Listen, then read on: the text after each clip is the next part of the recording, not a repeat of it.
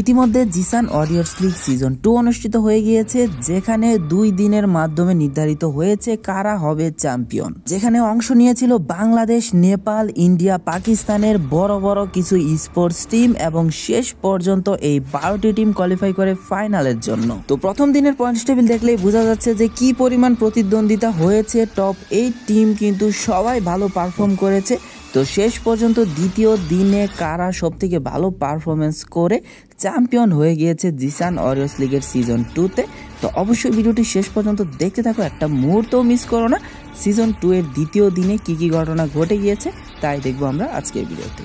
তো চলো শুরু করা যাক। তো প্রথমে আমরা দেখে নিই যে প্রাইস ডিস্ট্রিবিউশনটা কিভাবে হয়েছিল। তো প্রথমে 18,000, 10,000, 7,000, 5,000, 3,000 এবং এমভিপির ছিল 1,444 টাকা। তো এখন সরাসরি আমরা দ্বিতীয় দিনের প্রথম ম্যাচে চলে আসবো, যেখানে আমরা দেখতে পাই কুরুল গেমিং ভার্সেস টিম এক্সট্রিম এক্সের। তো প্রথমে এদিক দিয়ে কিন্তু মোটামুটি দুই টিমই ভালো পারফরমেন্স করতেছিল, সবাই পজিশন ধরে বসেছিল। বাট যখন ইএক্স এর একটা প্লেয়ার নক হয়, সাথে সাথেই কুরুল গেমিং এর প্লেয়াররা কিন্তু রাজ দিয়ে দেয় একের পর এক মেল্টার, অ্যান্ড একদমই কোনোভাবে এখান থেকে ব্যাক নিতে পারছিল না ইএক্সির প্লেয়াররা। দুইটা প্লেয়ার যখন শেষ হয়ে যায়, তখন মাহিন নিজেরে মনে করো স্যাক্রিফাইস করে ওদিক দিয়ে রাহাতরে একটু চান্স দিয়ে দেয় যে তুমি এখান থেকে চলে যাও। বাট ওরাও স্পট করে ফেলে। বাট রাহাত এত সহজে নিজের স্কোয়াডে ওয়াইপ আউট হয়ে যেতে দিবে না, সে কিন্তু জান প্রাণ দিয়ে গ্লোয়াল টোয়াল বসায়, শেষ পর্যন্ত রিভাইভটা দিয়ে দেয়, অ্যান্ড এক্সট্রিম এক্স এবারের মতো বেঁচে যায়। তো এরপর আমরা দেখতে পাই doctors army versus Bangladesh top 1 এর মতো করে একটা ফাইট হয়ে যায়, যেখানে ডক্টরস আর্মি কিন্তু খুবই ভালো পারফরমেন্স করতেছিল, একের পর এক বিডি টপ 1 এর প্লেয়ারদের নক করছিল। কিন্তু দূর থেকে বিডি টপ 1 এর প্রান্ত দাদা কিন্তু অস্থির লেভেলের কভার দিতেছিল এবং একের পর এক প্লেয়ার এখানে নক হইতে থাকে। অ্যান্ড ডক্টরস আর্মির প্লেয়াররা হয়তো বা নিজেরা রিভাইভ করছিল, বাট একটা প্লেয়ারেরও এইচপি নাই। তোমরা একটু খেয়াল করলে দেখবে একটা প্লেয়ারেরও এইচপি নাই। এখানে রিভাইভ দিলেও এখানে জোনের ড্যামেজ আছে, আবার ওই দিক দিয়ে প্রান্ত দাদা মারতেছে।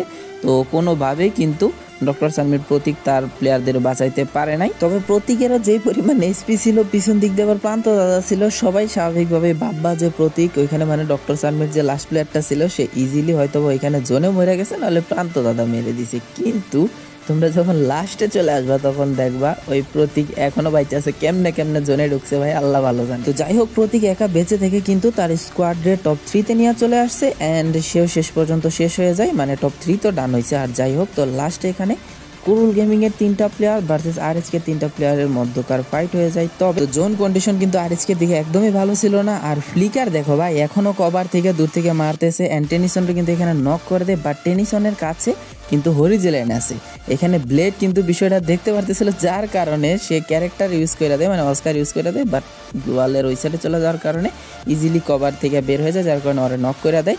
তো ফ্লিকার অ্যান্ড নেজার দুইজনেরই এইচপি একদমই কম ছিল, লাস্টে আর তেমন কুলাইতে পারে নাই। শেষ পর্যন্ত হয়তো বা ফ্লিকার ভালো খেলছে, বাট কুরুল গেমিং যখন ফ্লিকারটা নক করে দিছে এরপর আর একদমই টাইম দেয় নাই, অ্যান্ড বুইয়াটা চলে যায় কুরুল গেমিং এর কাছেই। তবে কুরুল গেমিংরা বুইয়া নিলেও অনেক বেশি কিল পয়েন্ট নিয়ে 1 নাম্বার পজিশনে ওই ম্যাচে থাকে। আর এজকে তারা পেয়েছিল 27 পয়েন্ট, অ্যান্ড কুরুল গেমিংরা বুইয়া করার পরও তাদের কিল পয়েন্ট কম থাকার কারণে তারা পেয়েছিল 25, অ্যান্ড ডক্টরস আর্মিরা পেয়েছিল 20।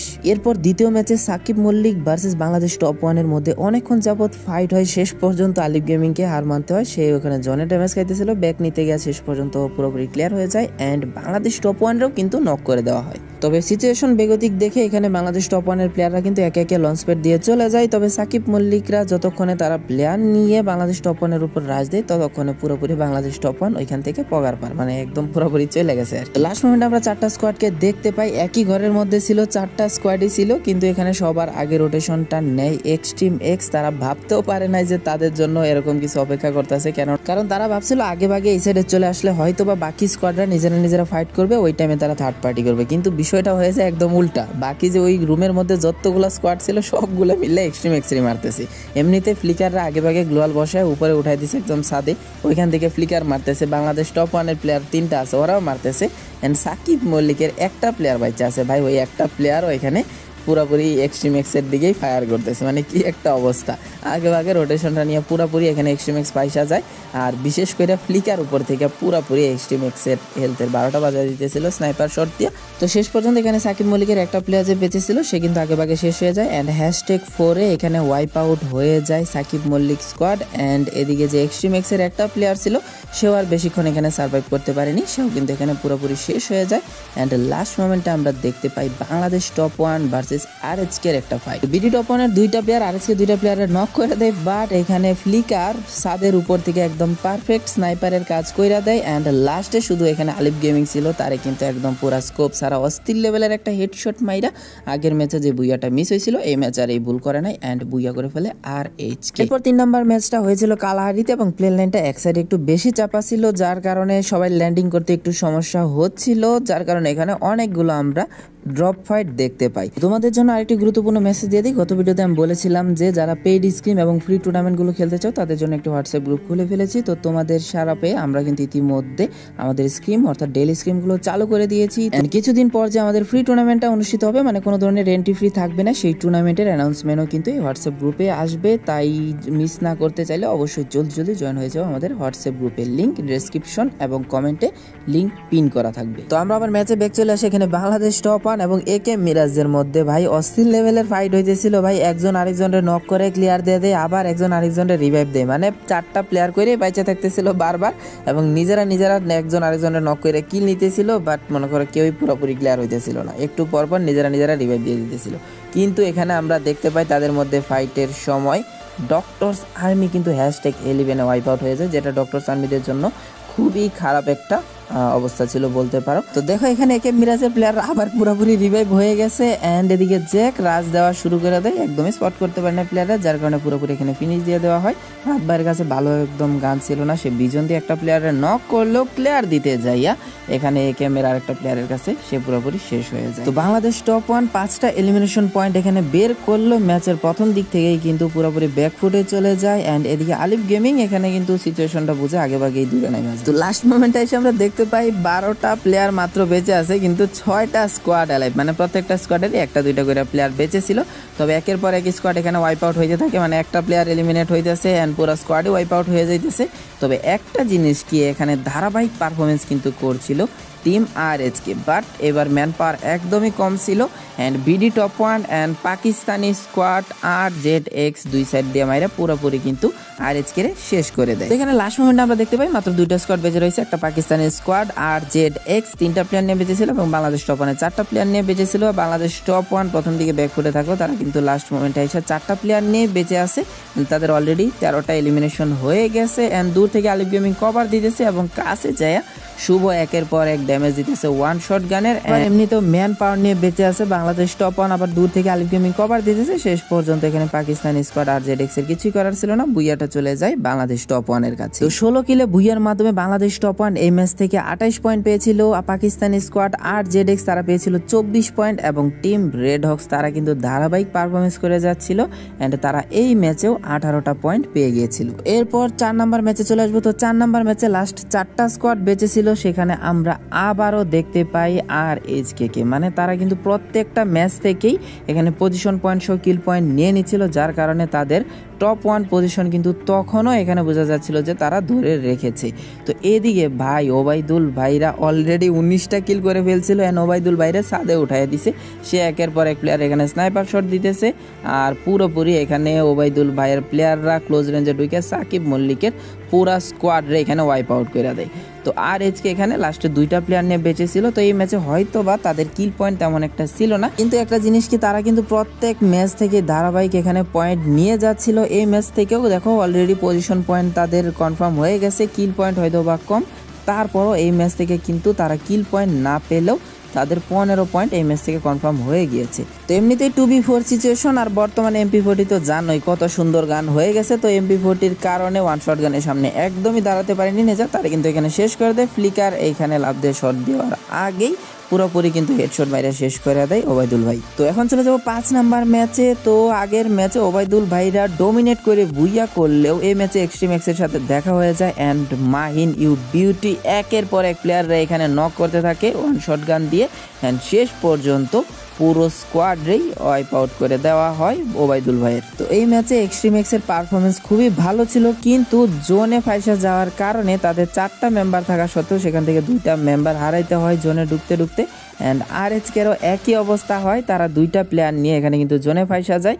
তো ব্লেড রে বারবার ড্যামেজ দিতেছে অ্যান্ড শেষ পর্যন্ত এখানে নকও করে দেয়। নেজাদের কিচ্ছুই করার ছিল না, ওই টাইমে রিভাইভ দেওয়া যে উঠাবে এরকমও সিচুয়েশন ছিল না। তো নেজাদ ওইখানেই বসে থাকে। বাংলাদেশ টপান হয়তোবা ভাবছে যে হয়তোবা ওইখানে আর প্লেয়ার নাই, শেষ পর্যন্ত তারা ওইখান থেকে আরএচকে রে বাদ দিয়া চলে যায় এদিকে এক্সট্রিম এক্সের প্লেয়ারের দিকে। অ্যান্ড এক্সট্রিম এক্সের প্লেয়াররা কিন্তু এখানে পুরোপুরি শেষ হয়ে যায়। বাংলাদেশ টপানের একটা প্লেয়ার হয়তোবা নক করছিল, কিন্তু নেজাদ তখন অ্যালাইভ ছিল, পজিশন পয়েন্টটা কিন্তু সে ধরে ফেলেছে, যার কারণে শেষ পর্যন্ত সে জোনে এলিমিনেট হয়ে যায়। অ্যান্ড বাংলাদেশ টপান হয়তোবা এখানে বুইয়াটা পেয়ে যায়, কিন্তু মাত্র 3 কিলে বুইয়াটা করছিল, যার কারণে আরএচকে এর উপর তেমন একটা এফেক্ট এই ম্যাচ থেকে পড়ে না। অ্যান্ড 5 নাম্বার ম্যাচ শেষে আমরা এক্সট্রিম এক্সকে দেখতে পাই পজিশন পয়েন্ট না থাকলেও কিল পয়েন্টের কারণে তারা এই ম্যাচ কিন্তু 1 নম্বরে ছিল 22 পয়েন্ট নিয়ে। রেড হক্স আবারও তারা এই ম্যাচ থেকে ধারাবাহিক পারফরমেন্সের মাধ্যমে 18টা পয়েন্ট নিয়ে নিছে।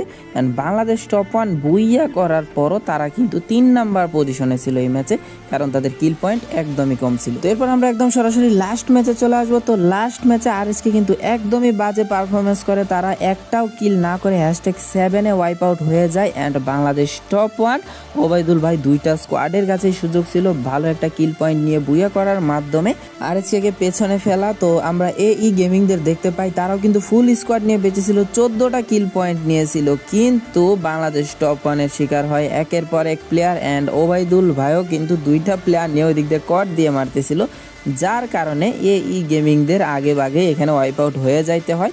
তো লাস্ট মোমেন্টে আমরা দেখতে পাই ওবায়দুল ভাইয়ের 2টা প্লেয়ার অ্যান্ড বাংলাদেশ টপ 1-এ 4টা প্লেয়ার ছিল। তো এখানে সুবারে নক দিয়া কট দেওয়ার সাথে সাথে কিন্তু প্লেয়ার দিয়ে দেয় ওবায়দুল ভাই। তো এখানে দেখো বাংলাদেশ টপ 1-এর হেলথটা দেখো, তোমরা একটু ইয়াতে খেয়াল করো, এখানে কিন্তু অনেকটা ড্যামেজ দিয়ে দিয়েছিল। তো আমি ভাবছিলাম যদি খেলি ভাই কোনো রকম রাজ দিয়া এখানে রাত বাইরে শেষ করে দেয়, পুরাপুরি কিন্তু এখানে অস্থির লেভেলের একটা খেলা হয়ে যাবে, কারণ 2v2 সিচুয়েশন হয়ে যাবে। বাট এখানে বাংলাদেশ টপ 1 এমন কিছুই হইতে দেয় নাই, সে আগে সুপার মেডকিটটা মারছে, এরপর সে ওবায়দুল ভাইয়ের সাথে ফাইটে যায় অ্যান্ড নিজেও নক হয়ে যায়, ওবায়দুল ভাইয়েরও নক হওয়ার আগে নক করে দেয়। তো লাস্টে এখানে 2v1 সিচুয়েশন হয়ে যায়। এখানে রাত বাইরে রিভাইভ দেওয়ার অনেক চেষ্টা করে প্রান্ত দাদা, বাট শেষ পর্যন্ত রিভাইভটা দিতে পারে নাই।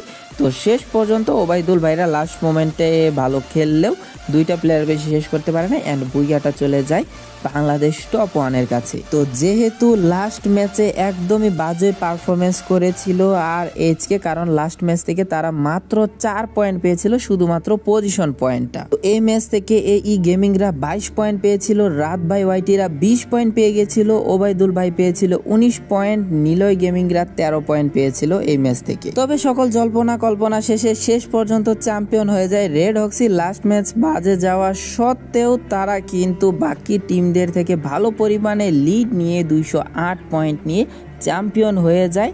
অ্যান্ড 2 নাম্বার পজিশনে ছিল ওবায়দুল ভাইরা অ্যান্ড 3 নাম্বার পজিশনে ছিল রাত ভাই ওয়াইটিরা। অ্যান্ড একটা মজার কথা বলি, এখানে আরএসকে কিন্তু কোয়ালিফায়ারে যেগুলো ম্যাচ হয়েছিল ওই সময় কিন্তু পুরা স্কোয়াড নিয়ে খেলে নাই, মানে মেন স্কোয়াড যেটা ওটা খেলে নাই, তারা নর্মাল অন্যান্য প্লেয়ার দিয়ে খেলাইছে, যার কারণে তাদের পয়েন্টস টেবিল অবস্থান একদমই খারাপ ছিল। তারা কিন্তু বাদও পড়ে গেছিল, কিন্তু ভোটের মাধ্যমে কোয়ালিফাই করে ফেলে আরএসকে এবং ফাইনালে ফুল লাইন আপ নিয়ে চলে আসে আরএসকে অ্যান্ড চ্যাম্পিয়নের টাইটেলটা তারা নিয়ে চলে যায়। তো এরই মাধ্যমে জিসান ওয়ারিয়র্স লিগ সিজন 2 শেষ হয়ে যায়। অনেক অনেক ধন্যবাদ জিসান ভাইকে এত সুন্দর একটা টুর্নামেন্ট আয়োজন করার জন্য। তো এখন একটা মজার জিনিস দেখায়, কেউ আবার হাইশো না কিন্তু, ঠিক আছে? কয়েকদিন আগে আমার বিজনেস মেলে একটা মেল আসছে যে ভাই আপনি কোন মাইক ইউজ করেন আর ভয়েসটা এডিট করেন কোন অ্যাপ দিয়ে। তো দেন আমার রিপ্লাইটা হলো এই যে ভাই আমি কোনো ধরনের মাইক্রোফোন না ইউজ করি, না কোনো ধরনের মানে ভয়েসের এডিটর ইউজ করি, ঠিক আছে? যা ভাই মুখে আসে সব কিছু তাই বলি এবং রিয়েল ভয়েসে কোনো চেঞ্জ করি না। তো ভয়েসটা কেমনে দিই দেখবা, এই যে রাত এখন বাজে কয়টা, এখন বাজে 1:16।